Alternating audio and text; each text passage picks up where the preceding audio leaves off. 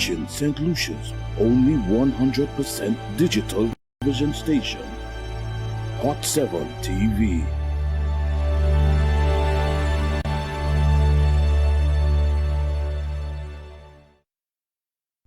The opinions expressed on this TV program by the hosts, guests, and callers are solely their opinions and responsibility. They do not necessarily represent the views and opinions of Hot 7 TV or its affiliates.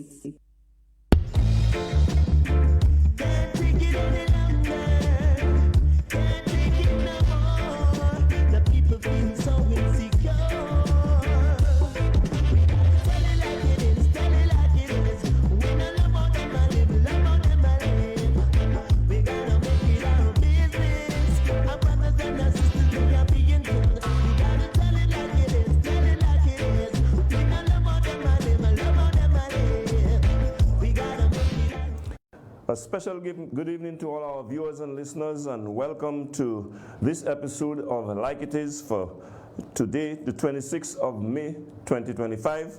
And tonight, as always, we are going to have our first segment, SLP segment, then we're going to our second segment, and of course, during that time, at some point, we'll open up the lines to you, our listeners and viewers, where you can get an opportunity to call in and have a chance to tell it like it is on this program tonight. We're hoping that tonight we will have a very enjoyable program as we discuss a very current issue, and I'm sure you will have something to say. I will share my views on the matter, and I will invite you to do the same and share your views.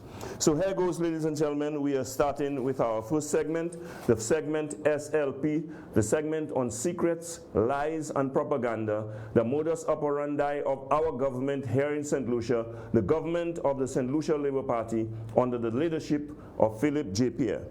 And I will start by this quote from Albert Einstein that I usually quote when I have this segment, and it goes as follows: whoever is careless with the truth in small matters cannot be trusted with important matters.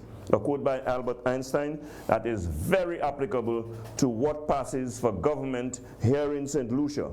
And today on SLP, Secret Lies and Propaganda, I will highlight a situation that has been exposed in the last few days.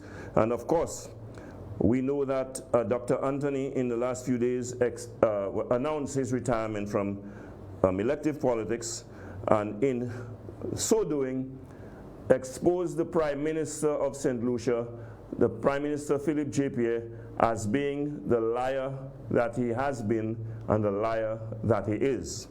So, ladies and gentlemen, let us start with the first clip as we hear Philip J. Pierre on Dr. Kenny Anthony's appointment immediately upon winning the general election, when he was making a pronouncement on the composition of his cabinet. Clip number 1, please. I now come to the former Prime Minister and Parliamentary Representative of Beaufort South, my friend, Dr. Kenny D. Anthony. Before I gave any consideration to cabinet positions, I met Dr. Anthony and advised him that I'd like to name and appoint him as a senior minister in the new government. I also invited him to select any portfolio that would interest him. Dr. Anthony advised me that he would not be able to take up any new cabinet position immediately, as he had to undergo minor surgery in the next few weeks and would need time to do so. He also had a number of legal matters to handle and would not wish to disappoint the clients whom he had agreed to represent. Consequently, we agreed that we will revisit my invitation in 6 months. It is my hope that, given Dr. Anthony's undisputed experience, knowledge, and skills, he will help to shape the policies of the government and mentor the young, inexperienced ministers in our cabinet. Yes, ladies and gentlemen, you just heard Philip J. Pierre, the Prime Minister of St. Lucia, giving us the reasons why, from the onset, that Dr. Anthony was not a part of his cabinet. And I want you to bear this in mind, the reasons that were offered by the Prime Minister. 1, Dr. Anthony indicated that he had to undergo minor surgery.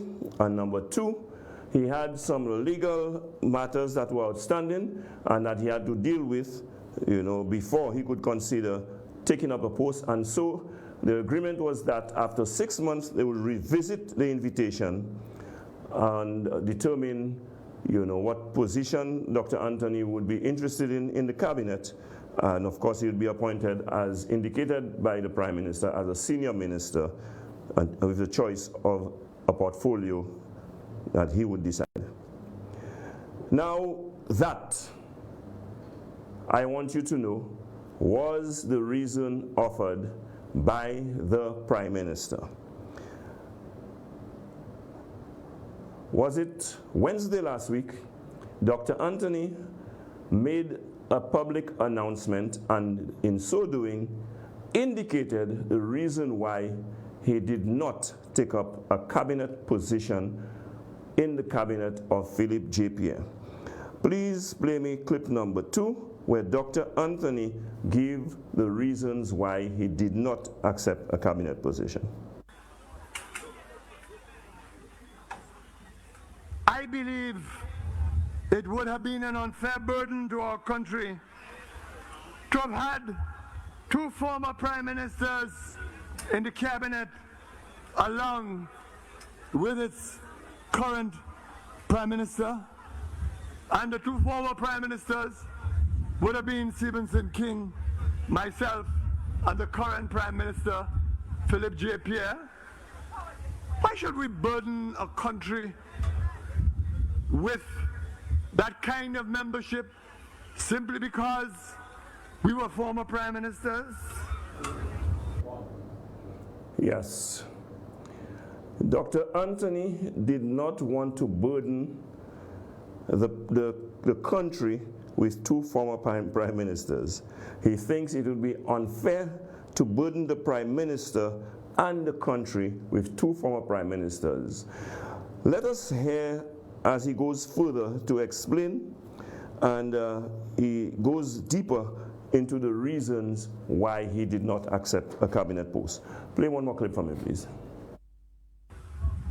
Fast forward to 2016, 17, 2021. The best way that I could have helped the government of the St. Lucia Labour Party was to allow Prime Minister Philip J. Pierre to govern in his image, in his style, on his own terms, freely and unhindered by my presence. It would have been unfair for Philip J. Pierre to have walked on eggshells just because I was around him casting my shadow. In short, I have never ever wanted to cast my shadow over the government of the St. Lucia Labour Party. Yes, ladies and gentlemen, let's dissect this for a moment.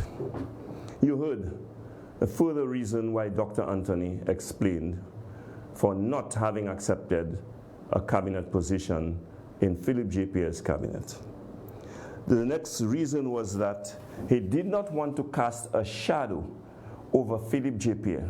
Neither did he want Philip J. Pierre walking on eggshells because of his presence. He did not want to cast a shadow over him or his government. Now, after almost 4 years, we are hearing a totally different version as to what the real reason was. Now, we heard Philip Pierre's reason, and you can dismiss that because it was a lie. Dr. Kenny Anthony has gone further to give us 2 reasons that are entirely different to what was explained to us by the Prime Minister.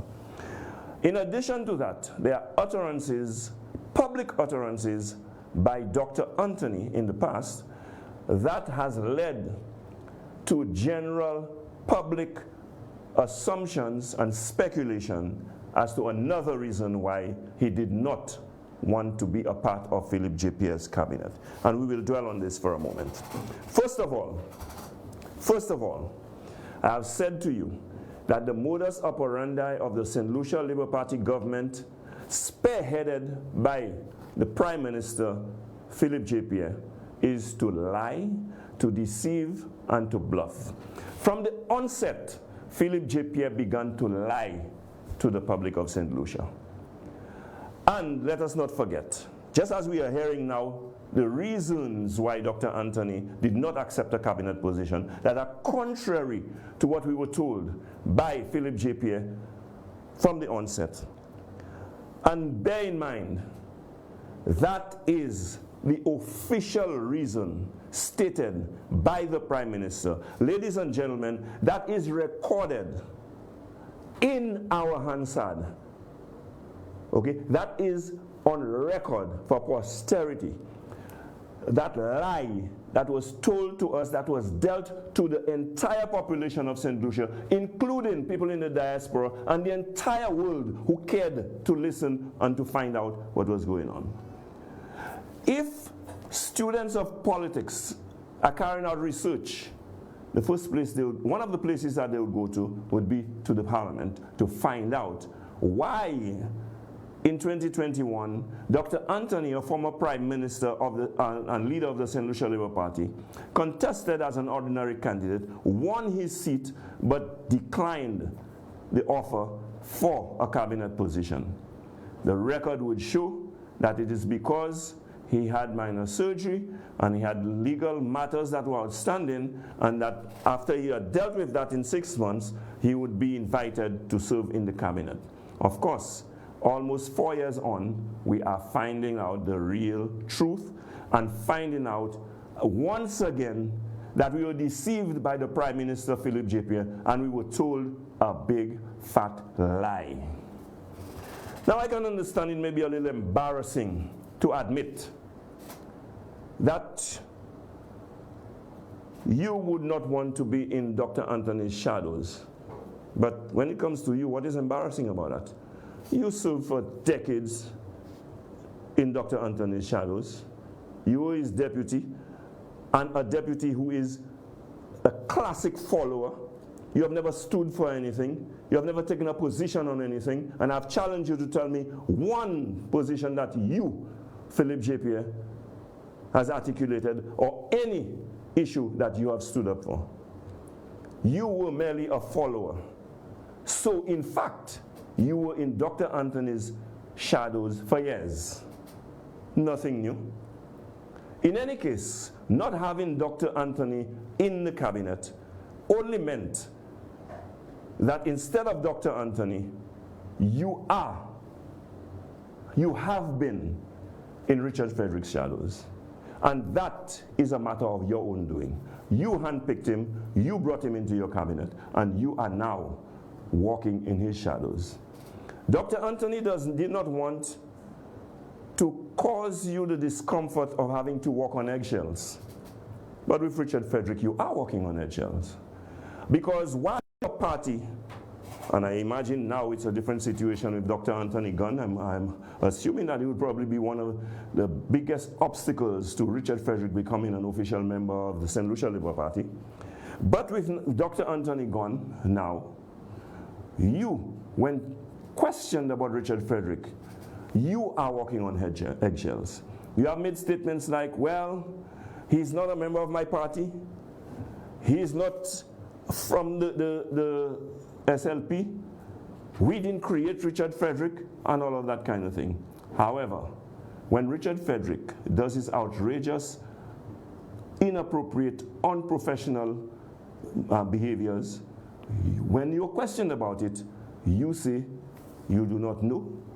If that it is so, despite the fact that you'll be present when it happened, say if that is the case and so on. You cannot take a definitive stand to reprimand Richard Frederick, to discipline Richard Frederick, and to let Richard Frederick know in no uncertain terms as a leader that what he is doing is unacceptable. So you are in fact walking on eggshells. You have been walking on eggshells. And for your political life, you have always been in someone's shadows. You just carry the title of Prime Minister. but you have always been in someone's shadows. So when Dr. Anthony declined for the purpose of not casting a shadow over you, that only made way through your own deed for Richard Frederick to cast his shadow over you. And ladies and gentlemen, it is important that we bear in mind that we have a team of men and women who are so dishonest that they lie about small matters. Because let me just say this, you would have simply said, Dr. Anthony is not prepared to take up a cabinet position at this time. That is all. But instead, with your propensity to deceive and to lie, you made up a story that is now being revealed as being a bluff. And you know, Dr. Anthony made the statement, in fact, you made the statement that you would have wanted Dr. Anthony to be a senior minister in your cabinet where he could share his experience and mentor some of the new MPs in your cabinet. Yes, he could have done that. And that was an opportunity lost. In addition, and I'll come back to that, but in addition to that, what Kenny Anthony could have done is to be in your cabinet as a senior minister and focus, and that's my suggestion, focus on the portfolios of justice and legal affairs and take up the challenge in particular of reforming our Constitution. Something he spoke of from very early in the day, something that up to this day has not been accomplished, given his expertise and being free of the burden of prime ministership and leadership and all of that.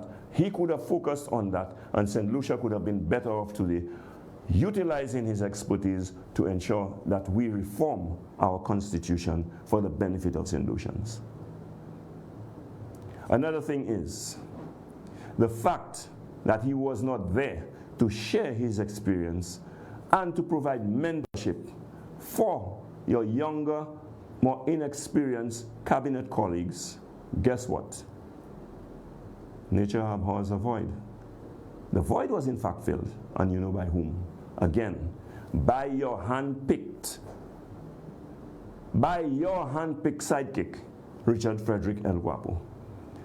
To the extent so much so that Kenson Cassimy, one of the young ministers in your cabinet, has publicly stated that Richard Frederick is his mentor. Now, St. Lucians, if you all do not appreciate what that means, that is among the greatest disservices that St. Lucia has encountered in the last 4 years, because we are seeing what Kenson Cassimy has turned out to be, what he is turning out to be, what he has turned out to be, and we have seen his MO. That is a replica of some of the aspects, of some of the qualities we know of Richard Frederick. Say what you want about Dr. Anthony. But for a man to go through elective politics in a prominent position such as Dr. Anthony did, no less, leader of a party, and having served 3 terms as prime minister, and today he is retiring from elective politics. It is remarkable that while we say all what we can about him, and we'll disagree with some of his policies, we'll not agree that some of us that he has done enough, that he could have done this, he could have done that, whatever your position is, you don't hear a hue and cry out there about Dr. Anthony as being corrupt. You don't hear people talking about him as being a crook. That is more than I can say for some of the members of this current cabinet appointed by Philip J. Pierre. So, on the question of mentorship, did Philip J. Pierre learn anything from Dr. Kenny Anthony? Didn't Philip J. Pierre know exactly what Dr. Anthony's sentiments about Richard Frederick was? You see, there's one reason that has not been stated. And you, I am almost positive, majority of you share that opinion that I'm about to express. And that is one of the unspoken reasons at this time why Dr. Anthony did not accept the cabinet position was because of Richard Frederick. Ladies and gentlemen, we will delve a little further into this. But for the purposes of the SLP, I just want to pronounce once again that your Prime Minister is a liar. But we have one more clip that, before I end the segment, I have one more clip that I want you to listen to, that I want to be played to you. Listen carefully. Government would not have a criminal, a convicted criminal in its cabinet. A Labour government would not have a drug baron in its cabinet. Richard Frederick to stay in his section. So, is it clearer? Is it clearer? Am I the only one who got the message? I do not want, or the Labour Party will not have, a criminal in its cabinet. It will not have a drug baron in its cabinet. You know, if you carry out a survey throughout the length and breadth of St. Lucia and ask, which politician do you think Dr. Anthony is referring to? I think the answer will be unanimous by every honest person that he is definitely speaking about Richard Frederick. In the end, I deliberately ended it with the clip that says, "Tell Richard Frederick to hold his corner." Despite that publicly expressed sentiment by the former leader, former Prime Minister, the man who revived and rejuvenated the St. Lucia Labour Party, despite his publicly pronounced disgust and resentment for Richard Frederick and the desire not to have Richard Frederick anywhere in a St. Lucia Labour Party cabinet, Philip J. Pierre, his successor, openly defied him, ignored his wishes and his desires, and instead handpicked Richard Frederick over him and did not care that that would result in the loss of Dr. Anthony's services in his cabinet. He preferred instead to have Richard Frederick in his cabinet over Dr. Kenny Anthony, and it did not matter to him what that loss meant to the country or to his government. There must be a reason for that. And say what you want. I am a person who believes that Dr. Anthony could show a little more conviction, but you have never heard me say that Dr. Anthony is unprincipled. And I think, Dr. Anthony, while you did not spell it out, you could have and you should have. Because, to reiterate your previously expressed position that you were not going to have a criminal, a money launderer, or a drug baron in a St. Lucia Labour Party cabinet was a principled position. And at least you stood by that position because you demonstrated to us that you refused to sit in a cabinet with Richard Frederick, unlike your successor who handpicked him to be in his cabinet, and your other colleagues who have no problems sitting in cabinet in the midst of Richard Frederick, the same Richard Frederick that many of them have categorized as scum of St. Lucian politics. So, what were you afraid of? You're afraid of telling the truth so that St. Lucians would know that you're a weak leader? Because if you admitted that you had a problem with Dr. Anthony's shadows over you and that you'll be walking on eggshell, we'll see that you're a weak leader. We know that you're a weak leader. And for those of us who did not know, Richard Frederick has demonstrated to us that you are a weak leader because he does what he wants and you cannot reprimand him.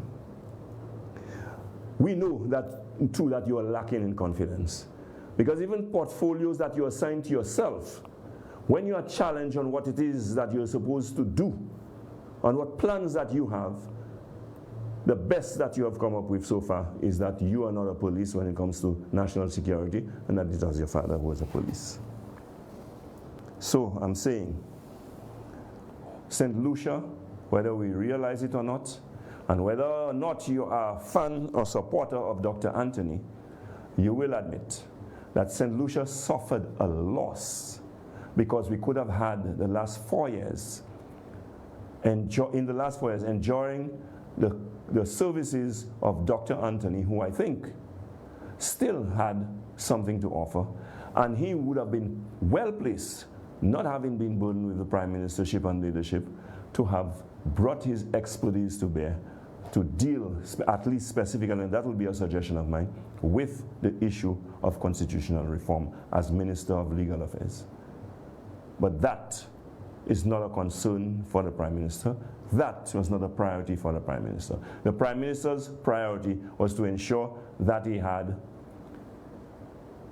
Richard Frederick, El Quapo, and Stephenson King, the Snake, as part of his cabinet, because he desperately wanted to become Prime Minister, and so he cut a deal with those gentlemen, and irrespective what Dr. Anthony thought, irrespective of how Dr. Anthony felt, he was going to honor his agreement with them. Dr. Anthony be gone. That did not matter.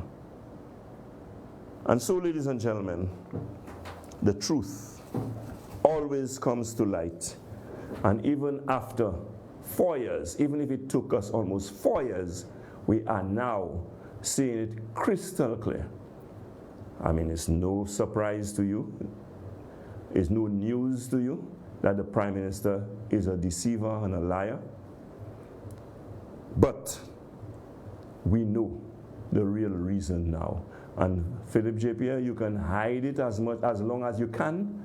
The truth always surfaces, it always comes to light. So, ladies and gentlemen, I just had to delve into this to point out to you what it is you should expect for the duration of the tenure of the St. Lucia Labour Party, because from the onset, they gave you an indication of what it would be. Lies, bluff, deceit. From the onset, one of the first acts of the Prime Minister of St. Lucia was to lie in the public domain, tell St. Lucians a pure outright lie that goes down in the annals of the history of St. Lucia, the parliamentary history of St. Lucia, no less in the records of Hansard.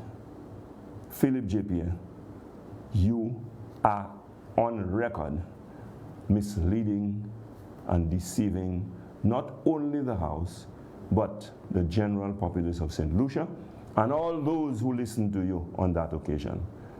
So, I want to say that in addition to the quote by Albert Einstein, I want to say too, that like I've always said, if someone respects you, they do not lie to you. Your Prime Minister has no respect for you, and that is why he perpetually tells lies to the nation. And of course, that is also an indication that he has very little respect for himself. Ladies and gentlemen, that was SLP for tonight, Secret, Lies, and Propaganda. I invite you to stay tuned, for we will return shortly when we will delve into Dr. Kenny Anthony's big announcement. Please stay tuned. We'll be right back. You hear lie? That is lie. Lie? You hear lie? Teacher Percy said if you tell a lie, you're going to hell as soon as you die. Why, sir? The views of the host of this program is independent of Hot 7 TV, Kiss FM, and Hot FM Communications Limited. Now you can take Hot FM, Kiss FM, and Hot 7 TV with you wherever you go. Whether you're in St. Lucia or exploring our four corners of the globe. Our record-breaking app has already been downloaded over 500,000 times on Google Play and the Apple App Store. To bring you the best in HD sound, we've relaunched a brand new app. Get it for free in the App Store by simply searching Caribbean Hot FM HD. Listen to us in real time, anywhere, any place, anytime. We've added so many cool new features, like our live in-studio option, where you can see your favorite announcers and DJs at work. So download the app today. It's free. Spread the news. St. Lucia is now in HD around the world on the Hot FM app. Don't miss out. Join the fun and stay connected. Looking for the best way to advertise? Stop searching. Hot 7 TV gives you more reach, more impact, and more value. Get your business in front of the right audience and watch your sales soar.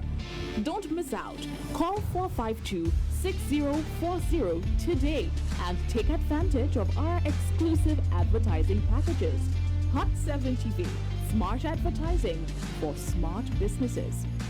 Did you know that while you're busy with your day, important news is breaking all around you? From politics to weather updates, community stories, and breaking news. Hot 7 TV keeps you informed with news every hour on the hour. Don't wait to hear it secondhand. Stay ahead. Stay informed with Hot 7 TV St. Lucia. News notes on the hour. Stay updated wherever you are. Catch Hot 7 TV St. Lucia's news every hour on the air, on our mobile app, and on our website.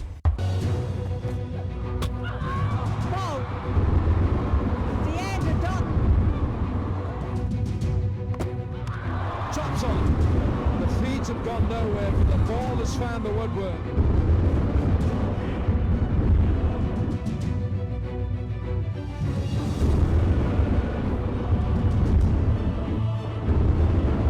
Absolutely huge from the Briton. It's been coming for a long time. If she's broke that magical 7-metre line.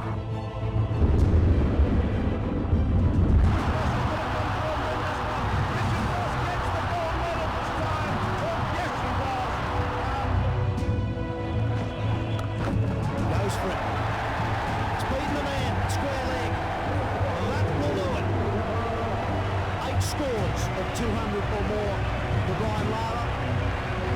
Usain Bolt storming through, he takes it again, Blake gets the silver.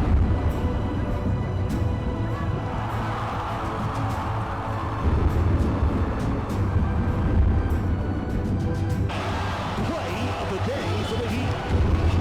Darren Jones. Unforgettable moments in sports. Sports classics during the Hot 7 Nightly News. Did you know that while you're busy with your day, important news is breaking all around you? From politics to weather updates, community stories, and breaking news. Hot 7 TV keeps you informed with news every hour on the hour. Don't wait to hear it secondhand. Stay ahead. Stay informed with Hot 7 TV St. Lucia. News notes on the hour. Stay updated wherever you are. Catch Hot 7 TV St. Lucia's news every hour on the air, on our mobile app, and on our website. The views of the host of this program is independent of Hot 7 TV, Kiss FM, and Hot FM Communications Limited.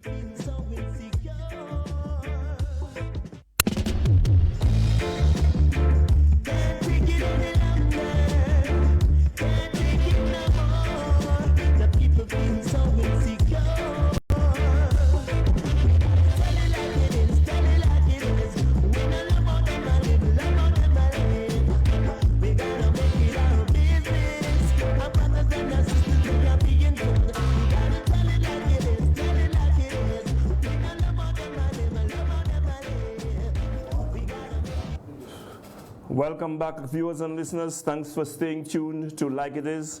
And in this second segment, ladies and gentlemen, we are going to deal with the big announcement that was made last week, and that is the story of the day. And unless you're under a rock somewhere, you must know by now that Dr. Anthony's retirement from electoral politics was announced last week, and we are going to delve into that matter in this segment.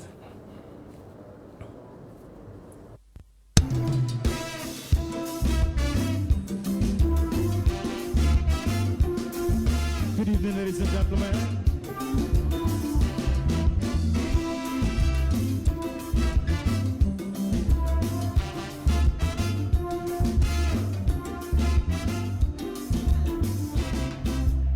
When talking about country, St. Lucia is best.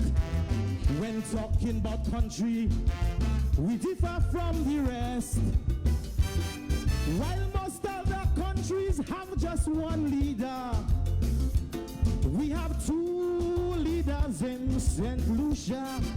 Let me explain. Kenny made one step forward with employment Tony made 2 steps backward, 6 months back on the pavement.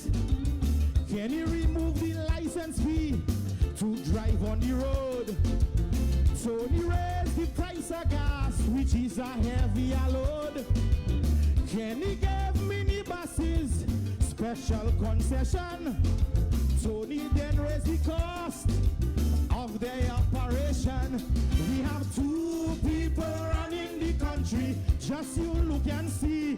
We have 2 people running the country, I hope you can agree. We have 2 people running the country, just look carefully. We have 2 people running the country, Kenny and Tony. Yes, ladies and gentlemen, for the benefit of those of you who missed it,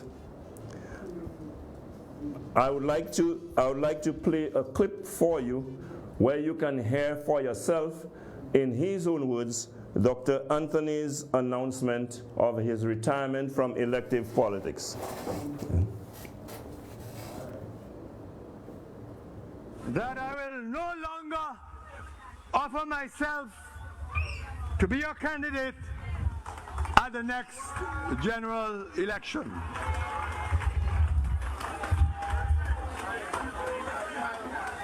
Some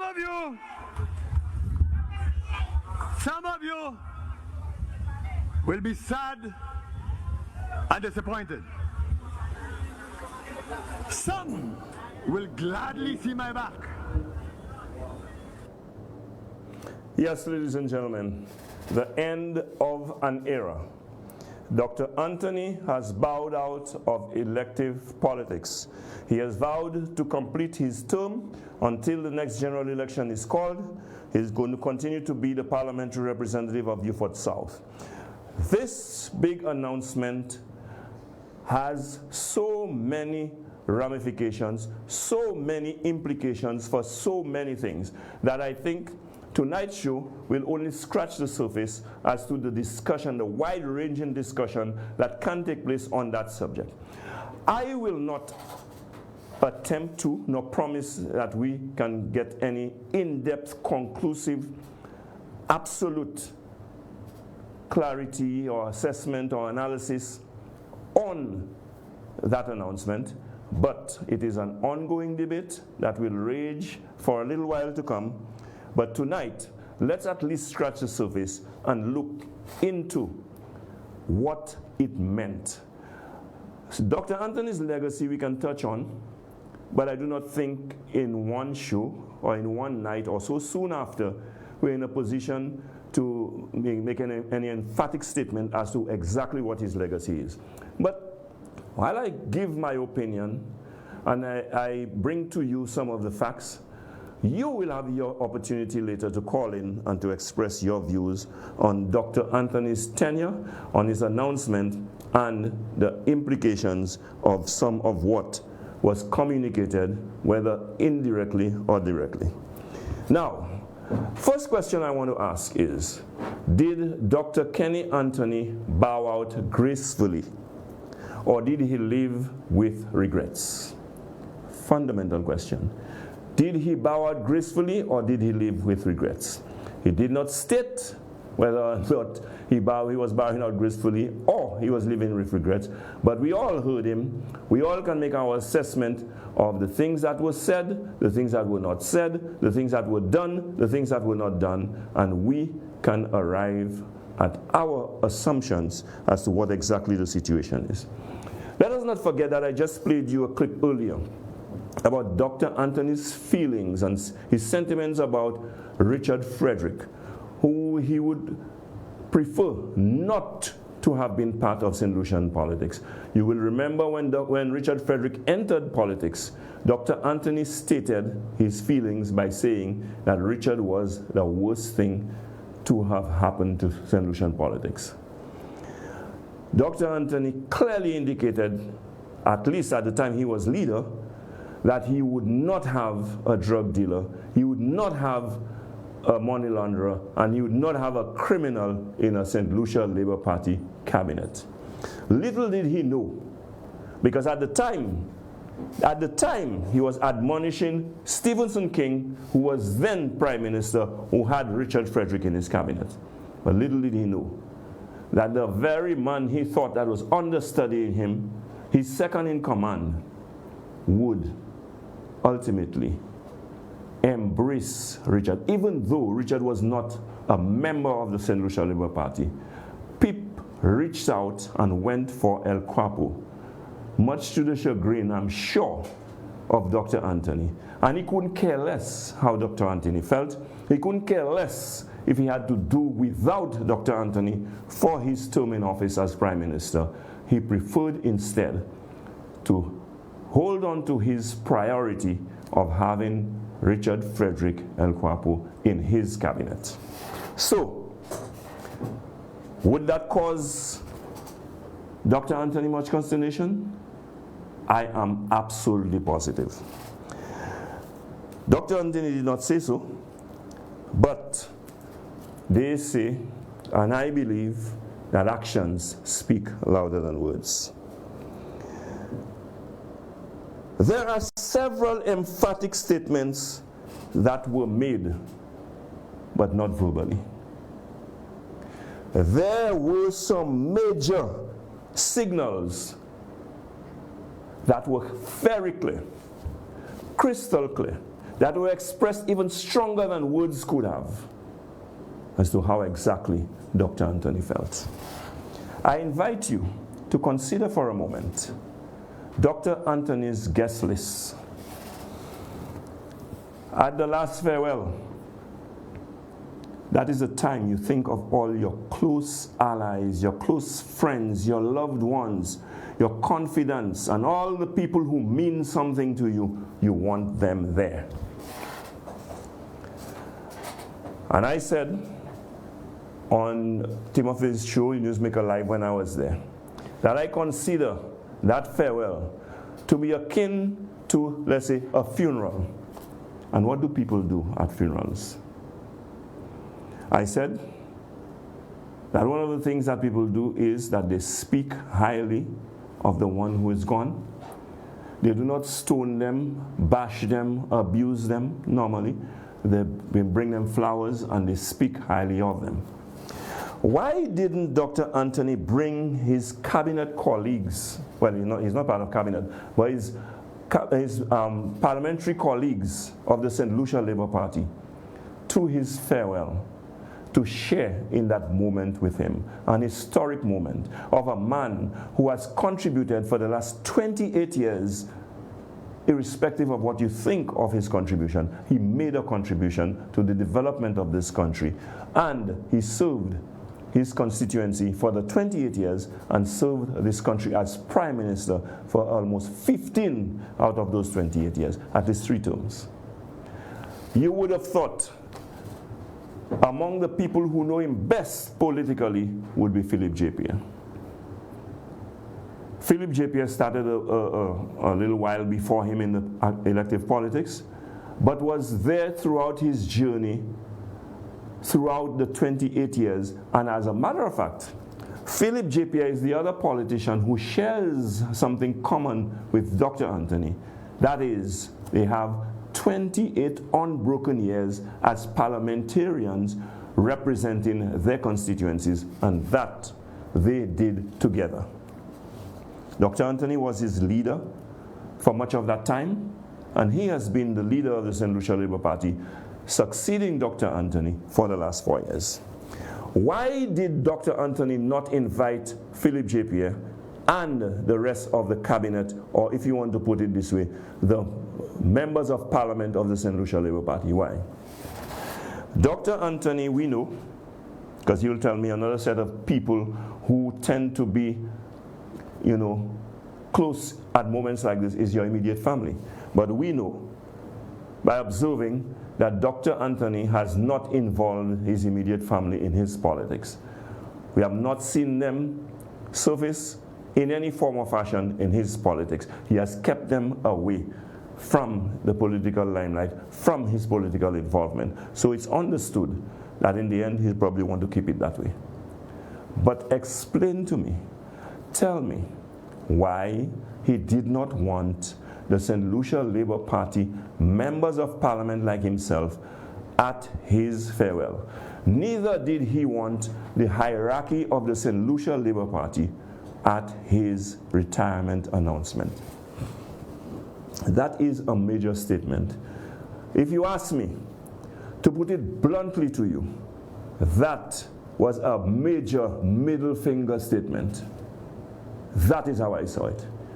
A major middle finger statement to the St. Lucia Labour Party leadership, hierarchy, and parliamentarians. He did not want them there. Why would he have that strong sentiment and for him to express it in that way? Your guess is as good as mine, but I will hazard a guess. Had he, and I doubt Dr. Anthony has deep animosity to every single Labour Party parliamentarian, I doubt that. But if he had to invite some, he would have to invite all. And I don't think that Dr. Anthony could stomach the presence or involvement of Richard Frederick at that historic, important occasion in his political career. I don't think he would be able to stomach that. And as you know, of the qualities of the individual, you know he would want to steal the show. Because the shameless individual, and I will go into that a little further, has even sent congratulatory messages and praises to Dr. Anthony. Dr. Anthony made it clear that he did not want any glory and that he did not want any gifts from them. He didn't say it in those words, but when he says that he does not want any monuments in his name, he does not want any accolades, he is again making a middle finger statement to the St. Lucia Labour Party leadership down. The people he embraced and showed appreciation to were his constituents. His constituency branch, according to him, the people he loved and the people who love him. So,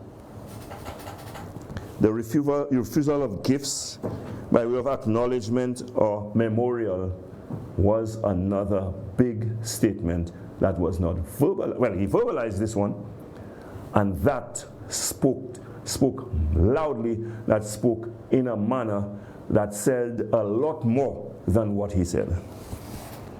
So, ladies and gentlemen, ask yourself, why, and if you ask me, Dr. Anthony again may not admit it, but there was evidence of bitterness. Not with the people of Beaufort, because he had high praise for them, he had high gratitude toward them, but everything he did and said suggested to me that he had a bitter taste in his mouth when it came to the leadership, the parliamentarians, and the hierarchy of the St. Lucia Labour Party. And he kept saying a party that he loved. And I believe that he loves the St. Lucia Labour Party. After all, it's the St. Lucia Labour Party that gave birth to his political career and facilitated his political life. He would love the St. Lucia Labour Party. And all the more reason why he felt as hurt as he did, or he is feeling as hurt as he has. Because look at how he has been treated. Dr. Anthony, the immediate past leader, former prime minister, the man who resuscitated in effect the fortunes of the St. Lucia Labour Party, had to be in Parliament moaning, groaning, and complaining even more than Bradley Felix and Alan Shasley. Could you believe that? I think, if you ask me, the man was treated with indignity, and it hurt him. He felt he deserved better, he felt he deserved more, and I concur. But Philip J.P., I have observed, is busy trying to carve out his own niche. In his own image, according to Dr. Anthony, he allowed him to do that, to carve out his own niche in his own image, and look at what his image looked like. An image that offended Dr. Anthony. Because foremost in that image is the picture of Richard Frederick. his number one ally, his hand-picked second. A man who dominates today the St. Lucia Labour Party. That cannot look like the St. Lucia Labour Party Dr. Anthony knew. That cannot look like the St. Lucia Labour Party that he handed over to Philip Japier. And so, you can understand and appreciate why he would feel as disappointed as he is, and why he would have regrets about what he's seeing happening in the St. Lucia Labour Party. So, ladies and gentlemen, your guess is as good as mine. However, there are some things we are free to speculate on, but there are some where there is sufficient evidence for us to conclude exactly what the situation is. And I say to you, Dr. Anthony did not bow out gracefully as he should after 28 years of unbroken service as a parliamentarian, and 15 of those years having served as the Prime Minister of the country. He left with regrets.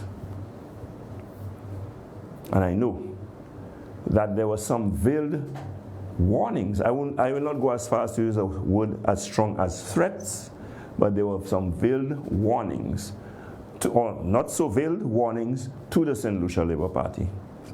And he was very emphatic when he spoke about his right to do certain things. One of the rights he emphasized was his right to comment on the selection of his successor. He also indicated that he would be speaking on matters pertinent to his constituency, as well as on matters pertaining to national development. We await to hear from Dr. Anthony what form that will take, and how candid, how open, and how bold he will be in making those pronouncements. And I say so because I must confess, Dr. Anthony, the diplomat that he is, I am telling you, did not come out full throttle. There was some holding back. However, he could not deny his true sentiments, and so some of it came through, some of it was revealed. So, ladies and gentlemen, another issue that I know that exists between Dr. Anthony and the current St. Lucia Labour Party is when it comes to philosophy. The philosophy of the current St. Lucia Labour Party under Philip Japier does not align with that of Dr. Kenny Anthony. You know that one of the new positions of the St. Lucia Labour Party under Philip Japier, spearheaded by Richard Frederick, is that if you are not born in St. Lucia, even though you are a St. Lucian, you do not have a right to be Prime Minister. Go back where you come from. You are a foreigner. But your St. Lucian-ness, that is now the rhetoric of the St. Lucia Labour Party. Again, I have had a lot to say about Dr. Anthony, and I will continue to have things to say about Kenny Anthony. Say what you will. Say what you want. Dr. Anthony was not as déclassé as that. He would not stoop to that level. He was a wiser, more dignified individual than to spew that kind of nonsense that is now coming from the leadership and the spokesman, Richard Frederick, of the St. Lucia Labour Party. I don't think he ever endorsed or condoned those sentiments. So let me hear what Dr. Anthony thinks, or what he has to say when it comes to the place of birth, because he indicated in his speech that some were saying the fact that he did not come from Vieux-Fort, that he should not have been the representative, or that it was time that Vieux-Fort has a representative that was born in Vieux-Fort. Let me hear his feelings about politicians' birthplace. Clip number 7, please. Important to remind every St. Lucian that no matter what their station in life, no matter their origin, no matter where they were brought up, that they too can aspire to be the Prime Minister of the... No matter their origin, no matter where they were brought up, they too can aspire to become Prime Minister of this country. Direct contrast to what is spewed by the déclassé, undignified members, current members of the St. Lucia Labour Party. And of course, those you have not heard it from endorse the statement. So all of them are guilty of that sentiment. I felt he needed to say that to distance himself from that sentiment. That is not part of his philosophy. And I'm positive he had a few politicians in mind when he made that statement. Not only that he was thinking of himself as not having been born in Vieux-Fort, I'm sure he was thinking of Sir John Compton, who was not born in St. Lucia, yet made his contribution to St. Lucia to the extent that we now in St. Lucia refer to him as the father of the nation. I am sure he was thinking of Philip J. Pierre and Richard Frederick in particular, who are fond of making the statement about people's origin and why they should not be in St. Lucian politics because of their place of birth. I'm sure he had them in mind as well. So ask yourself, how could that man? I'm sure Dr. Anthony was feeling like a stranger, like a foreigner in the St. Lucia Labour Party, because that is not the St. Lucia Labour Party he tried to fashion, that he probably hardly believed that is the St. Lucia Labour Party that he led. So much so that the person who should have been his number one protege is part and parcel of spewing that déclassé, low-life nonsense. So, that is a clear departure from the current Philip J. Pierre-led Labour Party philosophy. Now, Dr. Anthony, talking about successors, I'm sure is regretting that it is Philip J. Pierre who succeeded him. Doesn't speak well for his legacy in terms of molding a successor. Although I have to say in politics, I have long realized there is no such thing about molding successors. But if there is, Philip J. Pierre is not what Dr. Anthony would have liked his protege to emerge as. Certainly not. Philip J. Pierre is more an embarrassment to St. Lucia and more so to Dr. Kenny Anthony. So he had something to say on the issue of the successor who would be selected to succeed him.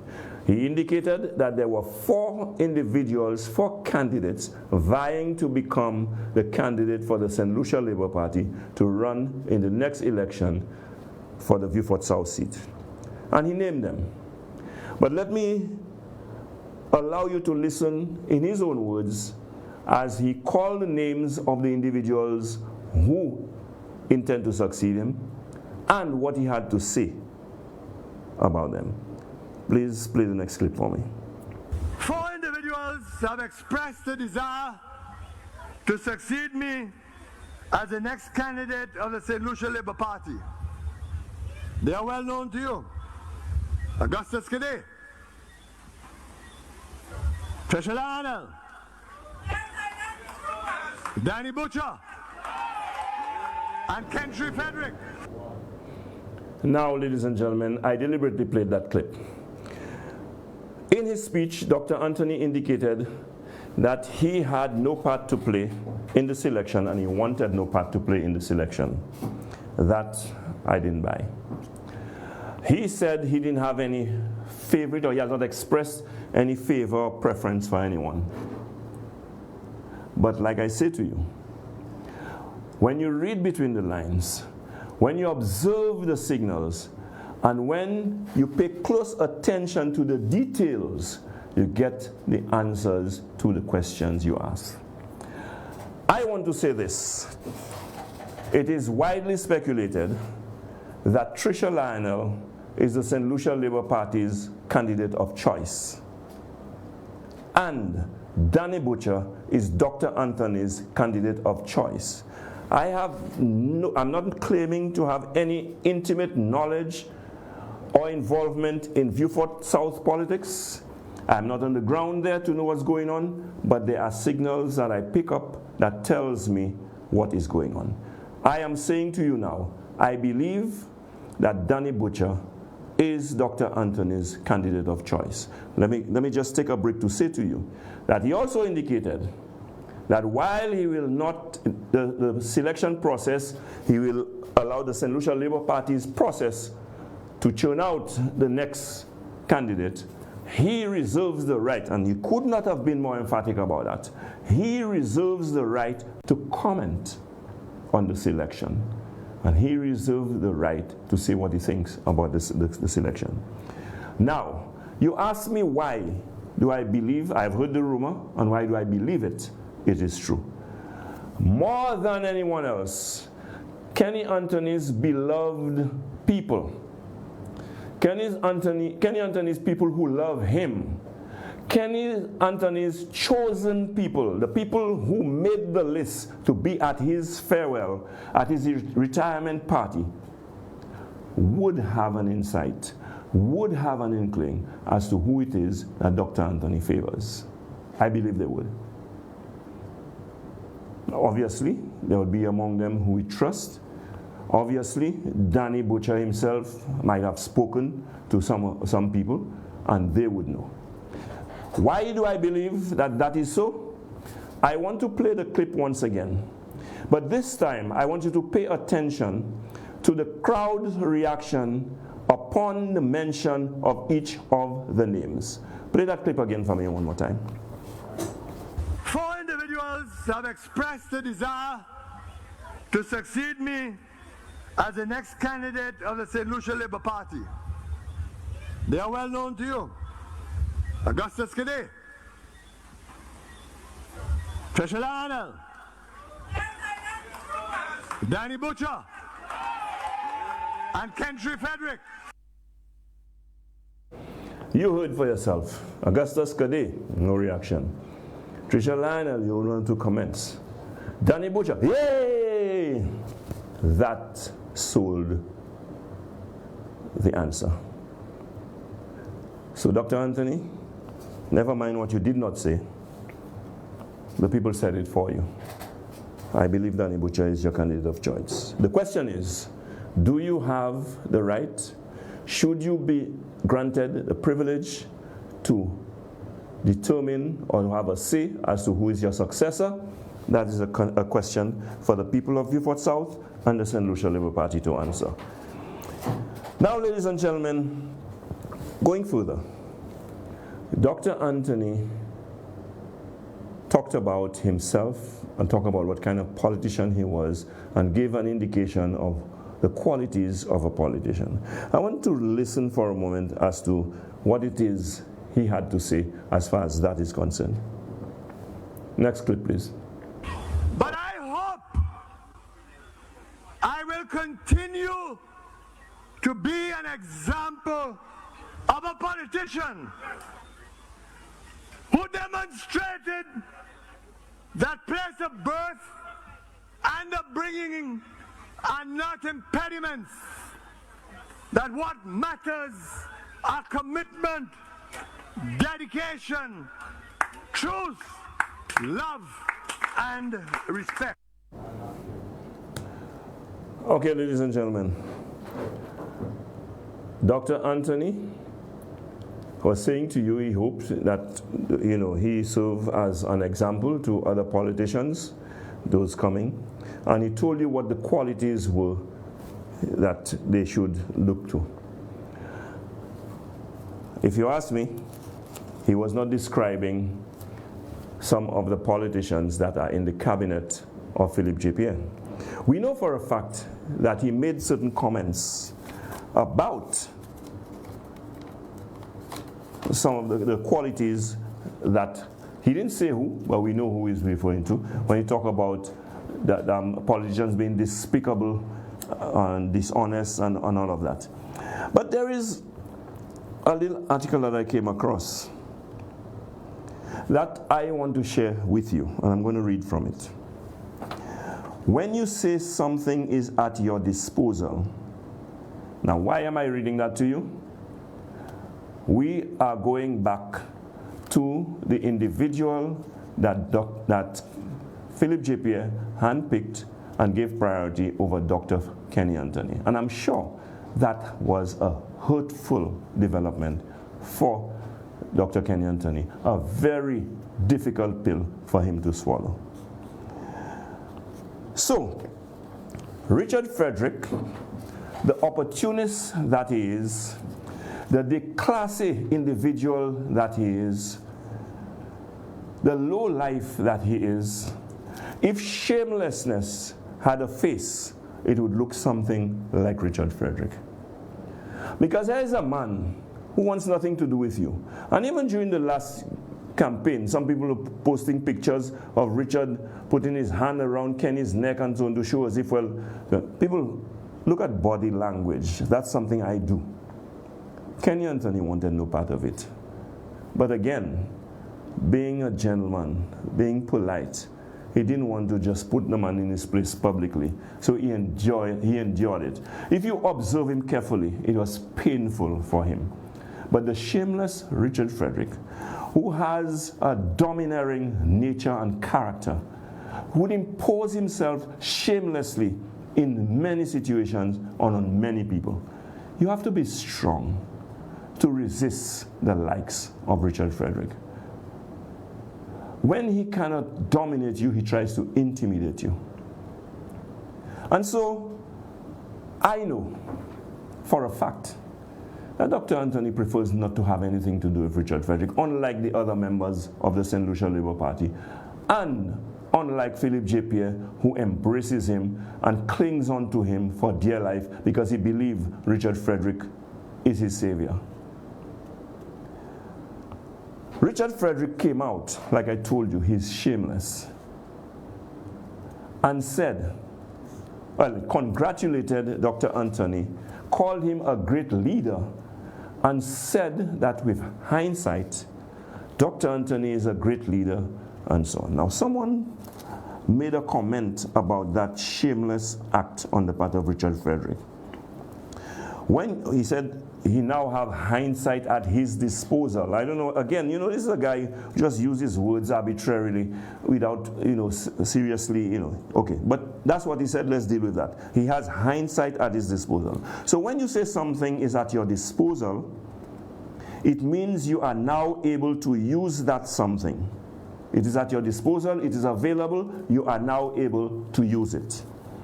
In this case, Frederick is saying he is now able to see and appreciate what he could not in 2006 when he so abused Dr. Kenny Anthony, castigated Dr. Anthony, called him all kinds of names, called him liar, called him all kind of pathetic deceiver and all things. You're familiar with the story. You know what he did. It was in the public domain. So when Kenny, back in 2006, warned St. Lucians that Richard Frederick was the most frightening prospect confronting our country, the most frightening thing to have happened in politics in St. Lucia. I'm sure you all remember that. Okay? In 2006, Dr. Anthony said so.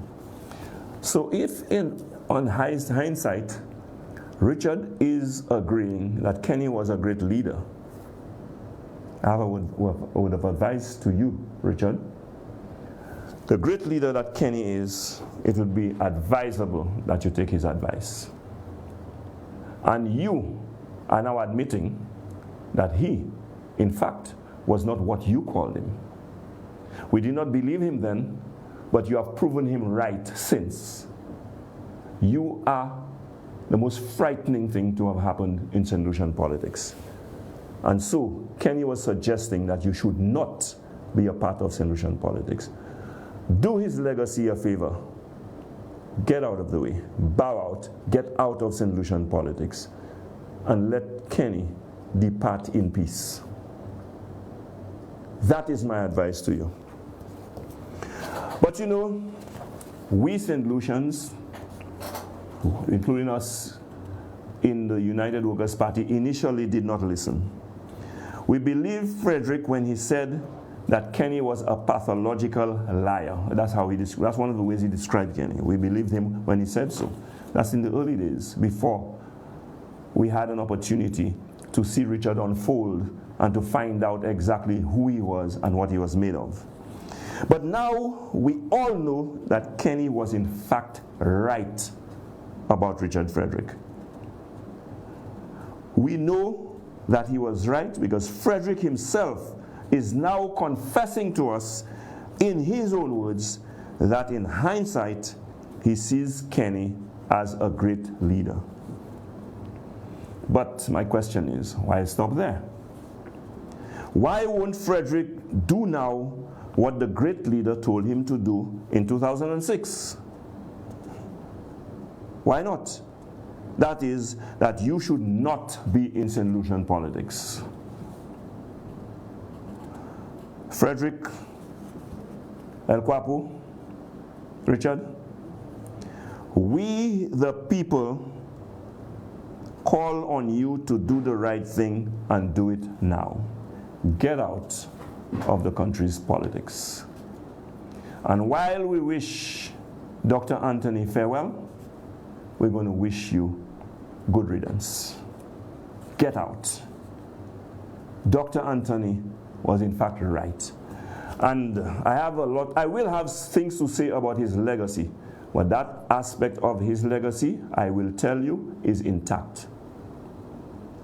And so, time proved him to be correct as far as his judgment and his assessment on Richard Frederick was. So Richard, if you two agree in hindsight that he was a great leader, do what the great leader suggested to you as far back as 2006. Okay? Do the right thing. Get out now. Go home. That is the best you can do for the country. And if you have any regard for the great leader's legacy, at least we can say he warned us about you. He turned out to be correct, and in the end, even you accepted his admonishment, his warning, and his description of how much of a lowlife you are, and that you followed his advice and did what it is that he suggested that you do since 2006. And I want to say that Kenny Anthony was the first one to make the statement. I did not know much about Richard Frederick then. I'm not making excuses. But I have come to find out that not only were you right, Dr. Anthony, there's a lot more that has escaped the St. Lucian populace that they don't know about this gentleman, that you know, and I know a little of. And all the prime ministers since Sir John Compton know about Richard Frederick. And there are more compelling reasons than you have revealed why Richard Frederick should never be in the politics of St. Lucia and should never be embraced by any leader, especially one who knows of the character and personality of that individual. So, ladies and gentlemen, I know, I want to give you time to chime in on the discussion. But I want to say this, and I'm not in the business of hypocrisy. There's a reason why this show is called Like It Is, and I'm here to tell it like it is. I must say that I admire certain principles in some politicians. And I've said it publicly, I'm going to say it again. Tonight we're not discussing Mario Michel, but whether I agree with his principles or not, I will be the first to say to you, Mario Michel is a man of principle. Let me be careful. How do you call the judges? Justice Mario Michel is a man of principle. I have had a lot to say as a politician on Kenny Anthony's opposing side, on the opposing team, about Dr. Anthony's leadership style, his policies, and so on. But I will conclude, and I will concur with anyone who says that Dr. Anthony has shown some principle. All I ask, Dr. Anthony, I'm not in a position to ask anything of you, but if you ask me, what I would like to see is along with that principle that you have demonstrated. And I believe it is that principle that guided you in not accepting a place in a cabinet to sit at a table with Richard Frederick, knowing the character, knowing the personality. I think you would have done yourself a world of good and done the country a world of good if you ensured a little more conviction in your position by coming out straight and making some direct revelations. And I took the liberty to say that to you, Dr. Anthony. And as I said the other day, last night rather, and I want to remind you again tonight, some 13 years or so ago, or was it 14 years ago, you had some advice for me as a younger politician than yourself. While I spent my first term in government as a young politician, you came to Grosile during the election campaign of 2011 and you issued some advice to me. And I'm saying that places me in a position to return the favor now and to issue some advice to you as well. For those who are wondering what I'm talking about, and if you think I'm just making up stories or just saying things arbitrarily, I want to play the clips. Play the next two clips for me so that people can hear exactly what it is that Dr. Anthony had to say to me. When you are a minister with courage, with character, with dignity, it doesn't take situations where you are personally involved to make a statement about the government of which you are part. Relentless leader of the opposition, Spider Montoute, has attempted to work out a niche for himself below the radar. He has attempted to create an image that he is above the fray, that he is not guilty, that he cannot be perceived of any wrongdoing. And he attempts to do it principally by never attacking the Labour Party in public. Yes, Dr. Anthony, advice to me as to what I should do. My advice to you is that now you have bowed out of elective politics, you have retired. As having been a leader of this country, having been a leader of the St. Lucia Labour Party, having been a parliamentary representative for so many years, I think it is incumbent upon you to expose some of the nastiness that is taking place in the party that you helped shape. I am not blaming you for all what is taking place now, but you have to take some responsibility because that is the party that you helped mold, that you helped shape, and that you handed over to Philip J. Pierre. So if they are corrupt politicians, if they are thieves, if they are individuals who have enriched themselves overnight, if there are people who are not there to serve but are there for personal aggrandizement, if there are liars, deceivers, and bluffers, it is incumbent upon you to call them out. And if we have a government presiding over the affairs of this country that are engaging in mismanagement and corrupt practices that is selling our birthright away, giving away our patrimony, it is incumbent upon you, Dr. Anthony, to call them out and expose them.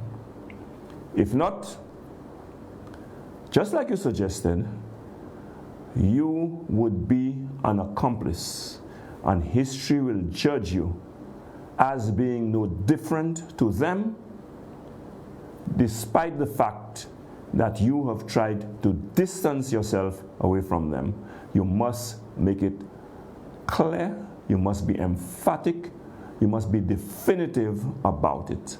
Let St. Lucia know how you feel about this present government and their activities.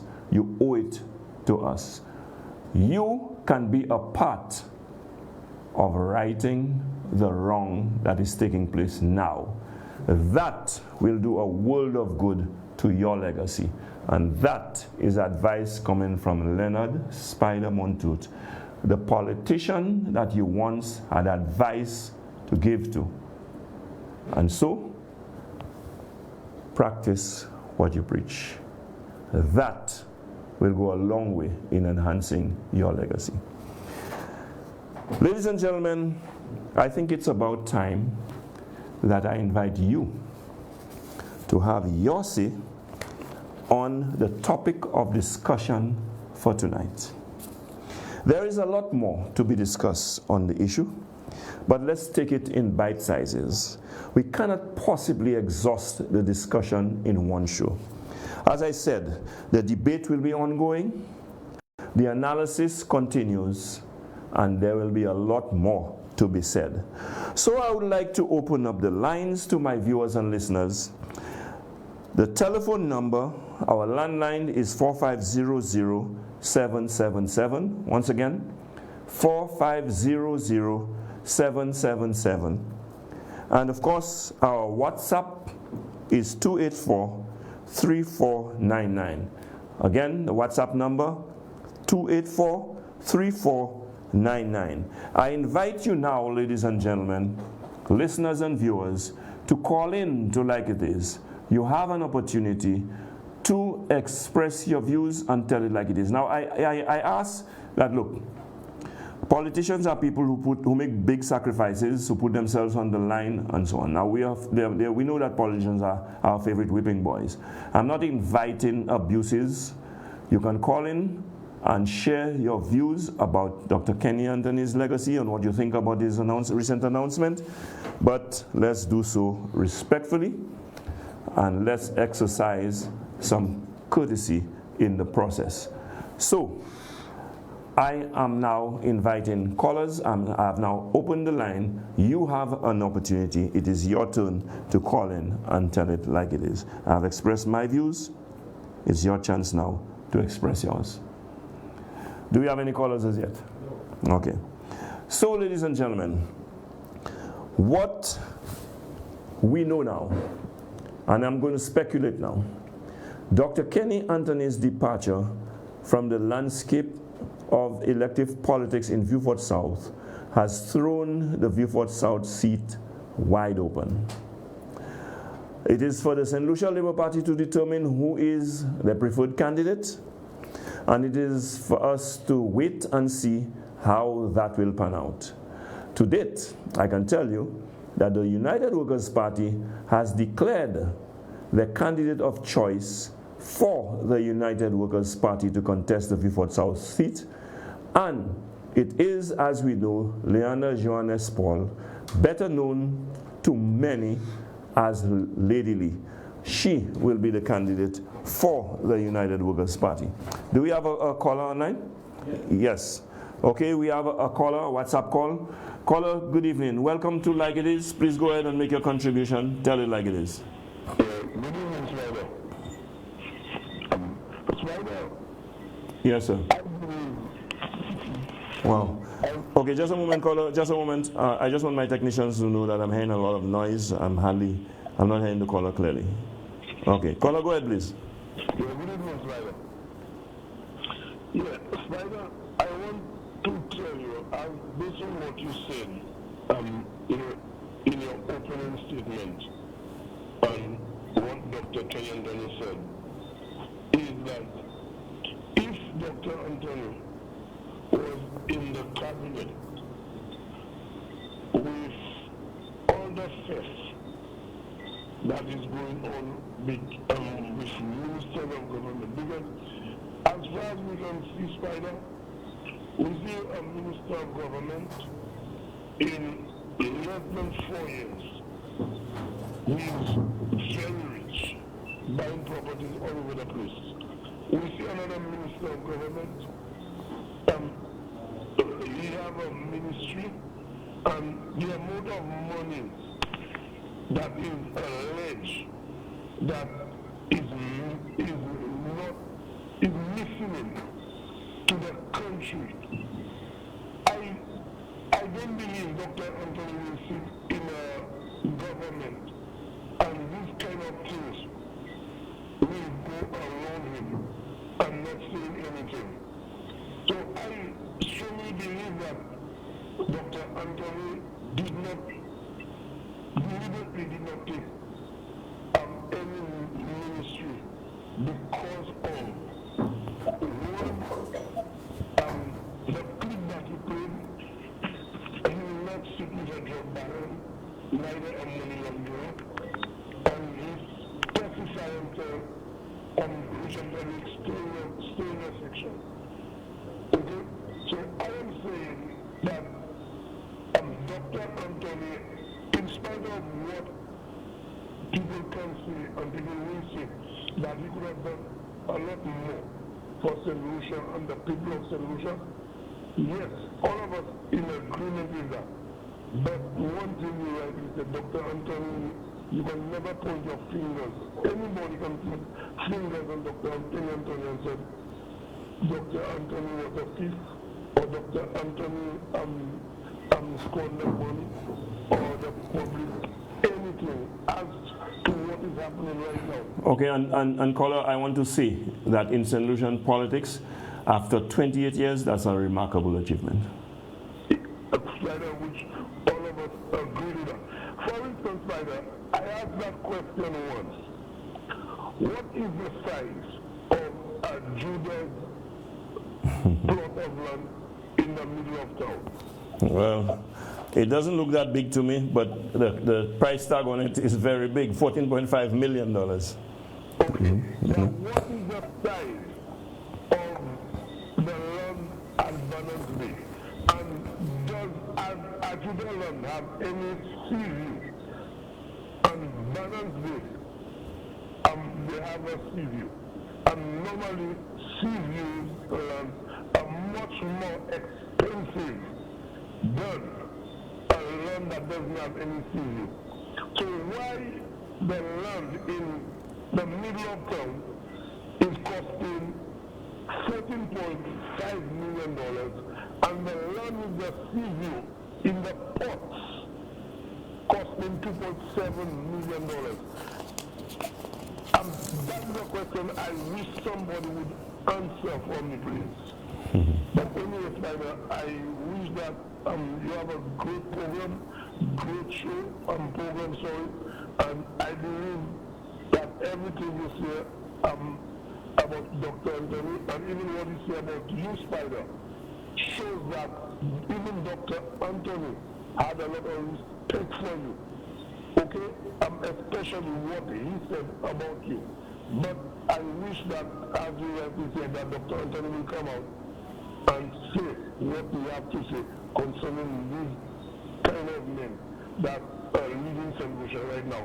Thank you very much, Spider. All right, thank you. If I can quickly read a message on WhatsApp before I take the next call. It says, Spider, RF has eaten his vomit for the second time when he said, with hindsight at his disposal, Kenny was a good leader. Much more to come. Wait for it.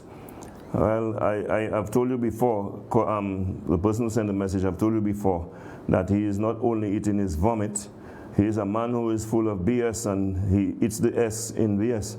So we're not surprised by that, we're not surprised about that. And do we have another caller online? Yes, I'm taking another call now. Good evening, caller. Welcome to Like It Is. Please go ahead, make a contribution. Tell it like it is. Yes, sir.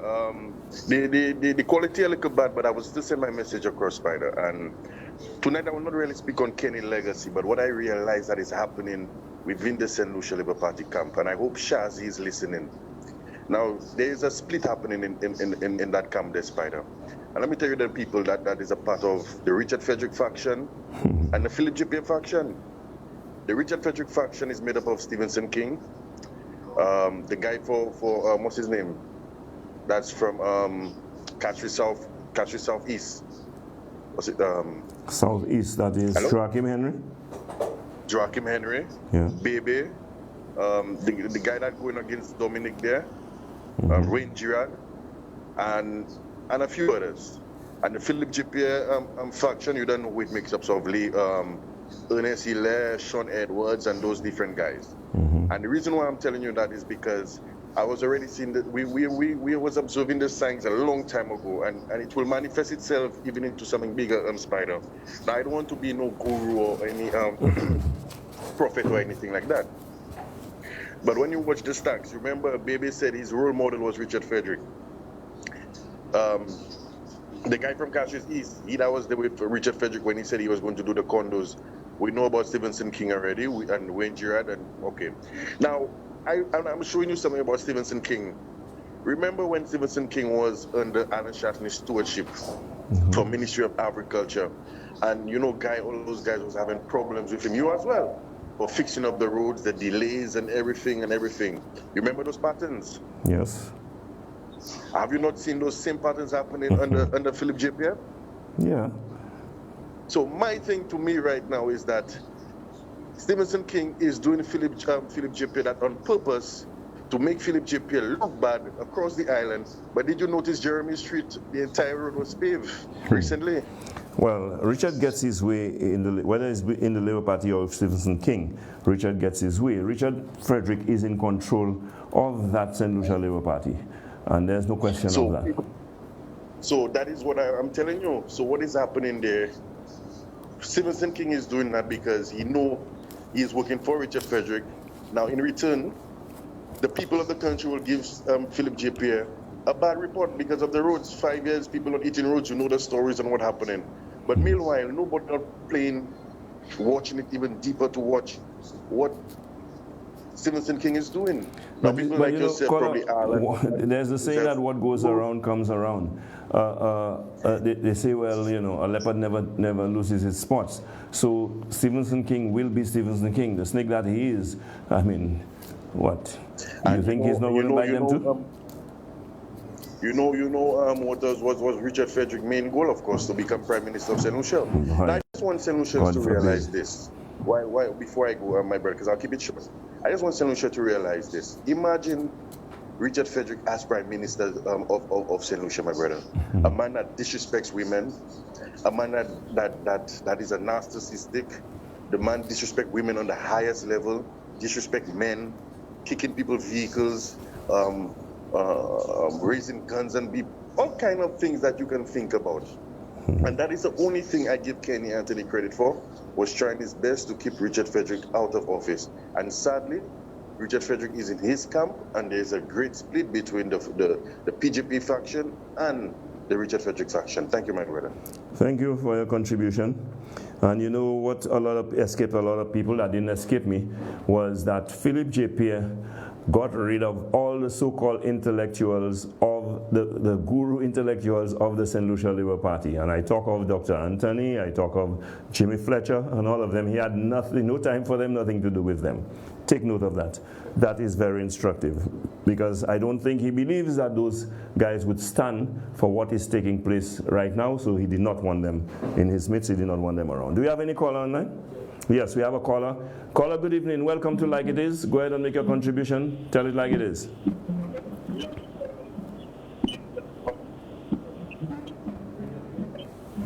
Breaking up a lot. I'm hardly hearing. Hello, caller? Are you there? Hello? Hello? Good evening, Mr. Montoute. Hi, good evening, yeah. Tell it like it is, caller. Go ahead. Welcome. Good evening. Good evening. Good program as usual, Mr. Montoute.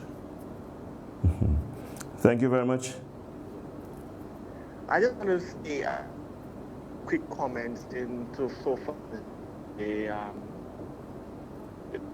Dr. Kenny Anthony's meeting he had last Wednesday, his farewell speech. And there were certain comments that he made, or statements rather that he made. It is very telling. One of the statements that stands out to me or jumps to mind was when he said he did not take a cabinet post because he did not want to overshadow Philip Pierre and he did not want to have him on eggshells. Now, if anybody understands the English language, which I do, and you do, and many of your listeners and viewers do, when somebody says, I do not want you to be on eggshells, what does that tell you? That tells you that, look at he or she does not want you to be nervous. He or she does not want you to be looking over your shoulder. And why would Dr. Kenny Anthony say he did not take a cabinet post because he did not want Philippe to be on eggshells? That is a very telling statement. Another statement that Kenny Anthony made at his farewell speech was when he said that he understands that the Labour Party will be choosing a candidate. He named those 4 candidates, but he said strongly that he reserves the right to comment, and he will guard that comment jealously, or guard that right, jealously. That is a very telling statement. That tells me that there's a faction, there's total division within the rank and file of the St. Lucia Labour Party. There's a total split. And it tells me, when I observe the body language of Dr. Kenny Anthony, it tells me that this is a man who is hurt and who felt betrayed by members of the St. Lucia Labour Party. In particularly people like Philippe, who he groomed in the politics. Because let us be fair, I'm not a fan of Kenny Anthony. I will never be an absolute fan, and I will never pretend to be, because Kenny Anthony and I had our ding-dongs, like Rick Wayne would say. I mean, I could remember vividly, he had an address to the nation when I made some comments as to the Jack Grindberg issue. He threatened to send me file a legal suit against me. So I will not pretend to be his fan, but of late, he bowed out of the politics with a certain level of dignity when he said he will never join a cabinet once Richard Frederick is in the rank and file or the midst of the St. Lucia Labour Party government. And he stuck to that promise. But all these things are happening, and we have our St. Lucia country, our country St. Lucia, is in total disarray. There's no government as far as I'm concerned, Mr. Montoute, because you see, the problems continue to fester. Our healthcare is getting worse. I mean, just a few days ago, I had a family member of mine who had to go to the OKEU. She served the country with distinction as a public servant, and she had to be waiting for a whole day to get a bed. Who feels it knows it. Until when it hits your doorstep, Mr. Montoute, then you'll understand the mess that our healthcare situation is in St. Lucia. And yet still we have a government that continues to parade all over the place, waste our money. Look, for instance, these halls of injustice. I mean, that was a hidden secret. Had it not been for a whistleblower who called a talk show and gave out the information, we would not even have known that the government of the Labour Party decided to relocate the location of the halls of justice, and that will cost another $14 million to the taxpayer. That was a hidden secret. When we find out of that, when we forgot to find out about this whole GPH hidden deal, where our ports, our air and sea ports, will be given to a foreign company for 30 years in the first instance, with an understanding of maybe a possible 10 years. And who is going to bear that cost? Who is going to suffer? It's not me or you. We might be long gone. It's the Yes. Okay, caller. I think we've lost the caller, but thanks for your contribution. And I just want to, we don't have much time left. I just want to, inform our future callers that, if you can make it short and sweet, we'll appreciate that so that we can get as many callers as possible. While I wait, let me just read quickly a WhatsApp message. Hi, Spider, good night. The present Prime Minister is also on record. As he said, the Labour Party would not have a drug baron, etc. in the cabinet. So I need to get that clip to play over the air for the nation. Okay, I will look into that. I know he has said it as well, because, he was pretty much an echo of everything Dr. Anthony said or did. He's a follower. So I'm not surprised that he did say so as well. However, words and deeds do not match. And unlike Dr. Anthony, who stuck to his guns, we are seeing Philip J.P. did the direct opposite of what he said. Do we have a call online? We don't. Okay, we do. Good evening, caller. Welcome to Like It Is. Please go ahead and make your contribution. Tell it like it is. Yeah, I just want to say that the current... Yes, I just want to say that the current government we have right now is one of the best governments we have seen. Okay. And that is on account of what, caller? Hello? Okay, we lost the caller. Yes, the caller is saying that this is the government is among the best that they have seen. So, I don't know. I was hoping to engage the caller to find out what is the justification for that statement, but the caller was gone. Do we have another caller? Okay, good evening, caller. Welcome to Like It Is. Please go ahead and make your contribution. Tell it like it is. Yeah, tell it like it is. Good evening to you. Good evening, sir. Mr. Spider? Yes, sir. Sometimes I get sick and tired of listening to some solutions, and some people that just can be very, just hypocrites, because, they said so many things. They brought down Dr. Kenny Anthony to the drain. The worst things were said about Dr. Kenny Anthony. And today they're going to come and give him all the honors and all the decent. I don't think anybody has done that, caller. I don't think anybody has done that. I've done it on a lot of different stations. Oh, okay. I listen to your program. No, you have not heard that. You have not heard that on my program. I think people are giving a fair comment, giving him his credit where credit is due, and criticize him where they think he needs to be criticized. I think that's fair. One of the things I want to say, Mr. Spider. Dr. Kenny Anthony actually is one of the greatest leaders that is walking the land of St. Lucia today. And he actually he resigned after he lost the election as being the leader of the St. Lucia Labour Party. Dr. Kenny Anthony has never served under any leader in the ministry, right? So he never had a boss. Dr. Kenny Anthony's boss was always the people of Beaufort South. He never worked with Philip J. He never worked with any other prime ministers. He only worked with the people of Beaufort. And that is one of the reasons why Dr. Kenny Anthony called the people of Beaufort to report to them. And that is one of the reasons why he didn't call in the Labour Party, because he was not a servant of the Labour Party anymore. He was a member of the Labour Party, but he was not a servant of the Labour Party. But I'm saying you have to be the head to acknowledge your colleagues or to involve your colleagues in what you're doing?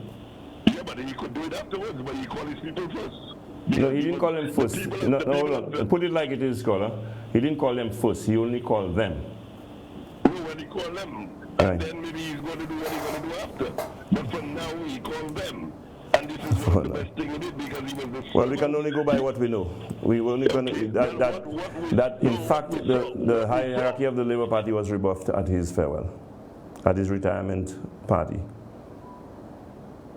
And there must be a reason for that, and you are speculating just like I do, which you have a right to do. But I don't get your point about him not having served on anybody or anything like that. Let me read a message quickly. Very good program, sir. I pray that God will not allow this present grave-digging government to win another term in government again, because if this should happen, we can as well start crying. May God have mercy upon us here in St. Lucia. Mr. Anthony left because he knows what this government intentions for the future is going to be. If they return to another term, get them out next election, please, St. Lucian. So that's an appeal from a viewer or listener who sent in a WhatsApp message. Labour said that the worst thing about Richard Frederick, and now they are proud of him. So what's the caller's point? Philip JP did indicate that he is proud of Richard Frederick, after, of course, all what he has said about him. That just shows you the double standards in the man, and someone who has no principles would do something like that. So, do we have a caller? Yeah, we have a caller online. Caller, sorry for keeping you waiting. Welcome to Like It Is. Please go ahead and make your contribution. Tell it like it is. Good night, Mr. Montoute, sir. Good night, sir. Mr. Montoute, yes, sir. I think sometimes people don't get it. Either they don't understand innuendos, or they don't understand how people play with words. I mean, it's so simple, Mr. Montoute. The man came on the stage and he said he has a song called Rivers of Babylon. Anybody who plays that song can get into these words. It's pure common sense, okay? He is not talking to the opposition Unity Party with the speech he made. He is not. he's talking to these guys that he thought was brave to be with him. And I think he got disappointed. So Rivers of Babylon is the perfect song to really let them know that what he has to say to them. He didn't want them on the stage. People are not understanding. This man is very, very slick, and he goes with different words that you would never, it takes a very good person. I think you understand what I'm saying, Mr. Montoute. Yes, I do. Okay? This man wasn't talking to UWP. You remember he came out one time in the parliament and he said, I know what you're saying about me. He wasn't talking to Alan Shastri or Bradley. He was talking to them because, as a matter of fact, when we were saying all these things, they were so ashamed. They had their heads down on the table. And all of them couldn't even look up to his face. I seen it, I have the clip still. And he says, no matter if you go for dinner, you talk about me. No matter if you're in a bedroom, you talk about me. And I get to know everything. Again, he wasn't talking to UWP. So this man is I don't say he's stubborn or he's arrogant. This man have known what his comrades, as they call them, have done to him. Even when Alan Shastri gave him a beating in the election, he lost. You know, they jumped and cut his throat, and they didn't want him to be the political leader anymore. And I think that really affected him. He went into hibernation for a long time. So all these things, he's bringing them. And there are two people, one person, in the parliament, he always laughs, was Stevenson King, about the roads in Beaufort. He never gave him a chance to breathe. He was always at him. Again, with innuendos.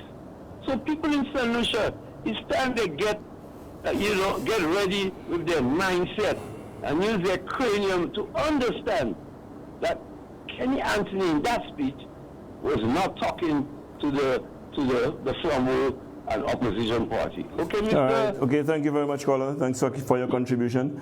You're welcome. I had a message I wanted to read. Someone is asking me why I do not speak about the situation at the hotel. I thought you would have discussed the hotel construction workers whose daily wage they cut, and the people said government on their side. So in other words, they're saying that the people on the job have had their wages cut. So they're wondering what is government saying or doing about that situation. Do we have another caller online? Caller, welcome to Like It Is. Good evening. Go ahead and make your contribution. Tell it like it is. Thank you for taking my call. I think this is the first time I'm getting through. Oh, well, welcome. Thank you very much. We're happy to have you. Tell it like it is. Thank you. Spider, it's me, Laura Japier, the endorsed candidate for the United Workers' Party for Labrie Auger. Okay, thanks. Yes. Nice to have you. And I wanted, thank you very much. I really wanted to stay away from the Kenny Anthony saga and this whole pitiful message. I don't know how else to describe it. But since this is a topic that you're discussing this evening, I really don't know what to say except that I'm extremely disappointed. I'm disappointed, and I'm not just disappointed in the man, but I'm disappointed in the silence. I'm disappointed in the complicity, and I'm disappointed in the failure of leadership that has characterized not just him, but also the district rep for Labrie Auger, which is Alva Baptiste. These two men in the last 2 decades, Spider, have and still have not done anything, and not, I don't know how to put it. St. Jude lies in ruins, and I think partly because these two men have said nothing and have done nothing to ensure that St. Jude is delivered to the people. And to my mind, that is a disgrace.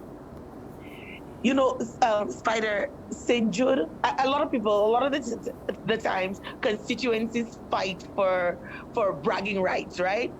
And at one point, Auger and Fort Cantonment used to brag whether St. Jude is in Auger or whether it's in Cantonment. And if it is in Auger, that means it falls in the constituency of Labrie-Auger, which falls under Alva's purview. And if it is in Cantonment, it falls in the Viewport South constituency, which falls under Kenny Anthony's purview. But right now, nobody wants to claim St. Jude. Nobody wants to claim St. Jude. These two communities of Auger and Cantonment, and by extension, Labrie-Auger and Viewport South, have bled red for the Labour Party. These two communities or these two constituencies have stood faithfully at the side of the St. Lucia Labour Party, election after election after election after election, believing in promises that were never kept. Never kept. And yet, when it mattered the most, when leadership was needed the most, when action is required, both Kenny Anthony and Alva Baptist look the other way, willfully look the other way. They are complicit in their silence. Complicit in their silence. Where was the fight for St. Jude? Where is their advocacy, their passion, their urgency? It's almost as if these people know because they can take a plane and fly away and get treatment elsewhere. You know, the constituents don't matter, but we do matter. We do matter. Just this past Sunday, yesterday, I walked through Auger and I was shocked, Spider, absolutely shocked. Shocked at the dilapidated state of some of the roads. But I should not have been shocked. I don't know why we're shocked, because these are the same men who said we do not eat roads. We do not eat roads. Imagine I was driving through, I think it's the Lower Palm, some of the roads there, and I had to turn my vehicle around and walk the rest of the way because my vehicle could not traverse. So imagine if my vehicle could not traverse. You think buses will put their vehicle in that kind of melee and that kind of pothole conditions to drop students, to drop the elderly, to drop people? No, people have to walk from the main road all the way down to the river.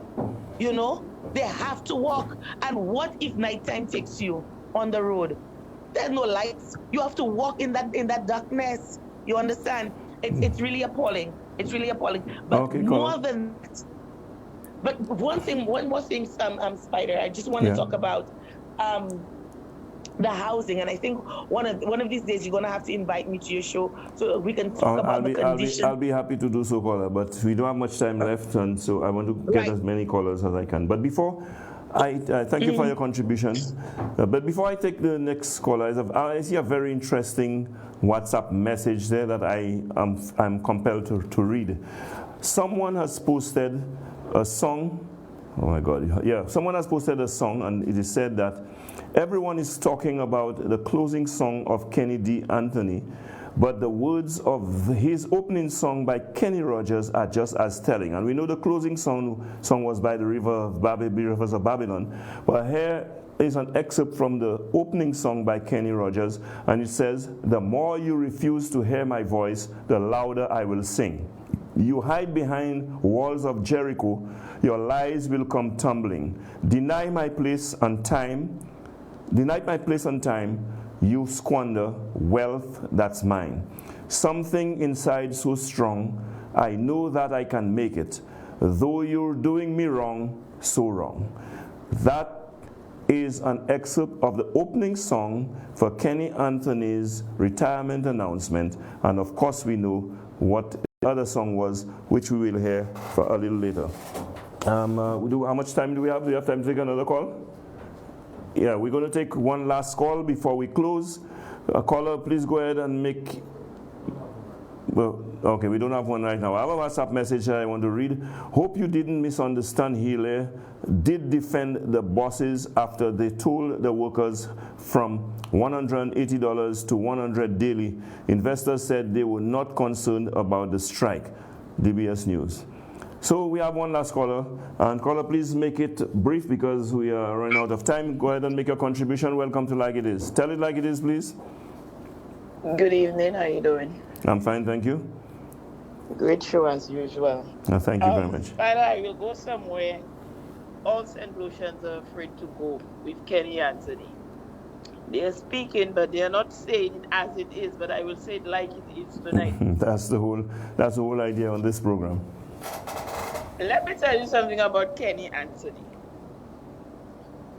I have never seen this gentleman as a great politician, like St. Lucians want to say Kenny Anthony is a great politician. If you are a great politician, you will try to protect your country, your nation, as best as possible. Okay, that's number one. And I haven't seen Kenny done that in his political career at all.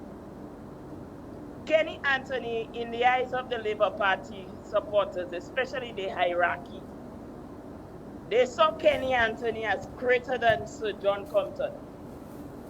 And any great leader cannot never bow out of politics in shame and humiliation like what Kenny Anthony did.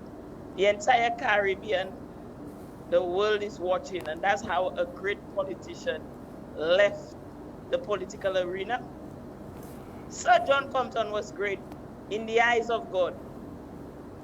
If we notice what God did with Sir John, to give him that prestige, that award, for people to see him as the great person. Sir John left the political arena and God brought him back at the age of 85 years for him to give him that honor. Kenny Anthony came nowhere close to that. No honor. A deceitful man, a hateful man, a man who divided a country, a man who could have saved the reputation of our country at the end of his political career. And he never